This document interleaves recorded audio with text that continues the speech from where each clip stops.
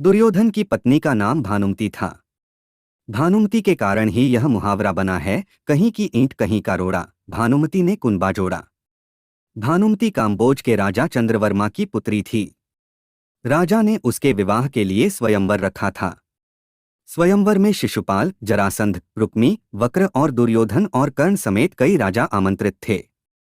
मान्यता है कि जब भानुमति हाथ में माला लेकर अपनी दासियों और अंगरक्षकों के साथ दरबार में आई और एक एक करके सभी राजाओं के पास से गुजरी, तो दुर्योधन चाहता था कि भानुमति माला उसे पहना दे, लेकिन ऐसा हुआ नहीं। दुर्योधन के सामने से आगे बढ़ गई भानुमति, तब दुर्योधन ने उसके साथ से माला झपटकर खुद ही अपने गले में डाल ली। सभी राजाओं ने तलवारें निकाल लीं। दुर्योधन ने सब योद्धाओं से कर्ण से युद्ध की चुनौती दी, जिसमें कर्ण ने सभी को परास्त कर दिया।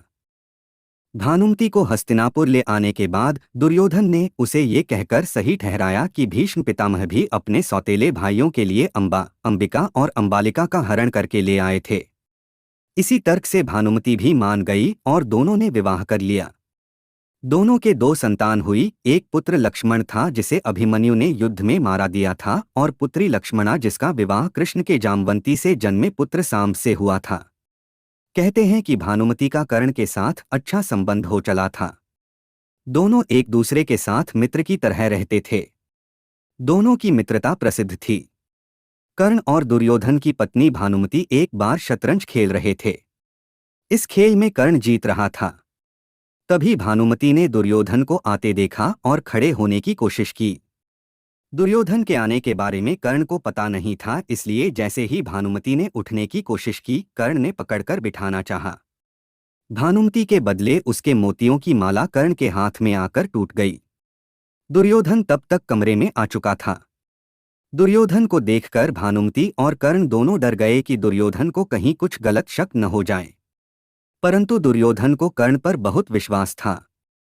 उसने सिर्फ इतना कहा कि मोतियों को उठा लें, और वह जिस उद्देश्य से आया था उस संबंध में कर्ण से चर्चा करने लगा। इस विश्वास के चलते ही कर्ण गलत समझ लिए जाने से बच गए। हालांकि कुछ लोग इस घटना का वर्णन इस तरह करते हैं कि दोनों शतरंज खेल रहे थे।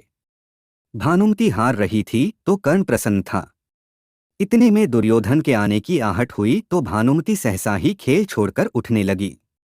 कर्ण को लगा कि वो हार के डर से भाग रही है, इसलिए उसने उसका आंचल झपटा। अचानक ही की गई इस हरकत से भानुमति का आंचल फट गया और उसके सारे मोती भी वहीं बिखर गए। ऐसे ही समय कर्ण को भी दुर्योधन आता हुआ दिखाई दिया। दोनों शर्म से मरे जा रहे थे और उन्हें डर सता रहा था कि अब दुर्योधन क्या समझेगा। जब दुर्योधन निकट आया तो दोनों उससे आंख नहीं मिला पा रहे थे। तब दुर्योधन ने हंसकर कहा कि मोती बिखरे रहने दोगे या मैं तुम्हारी मदद करूं मोती समेटने में। कहते हैं कि भानुमति बेहद ही सुंदर, आकर्षक, तेज बुद्धि और शरीर से काफी शक्तिशाली थी। गांधारी ने सती पर्व में बताया है कि भानुमति दुर्योधन से खेल खेल में ही कुश्ती करती थी, जिसमें दुर्योधन उससे कई बार हार भी जाता था। भानुमति को दुर्योधन और पुत्र की मौत का गहरा धक्का लगा था।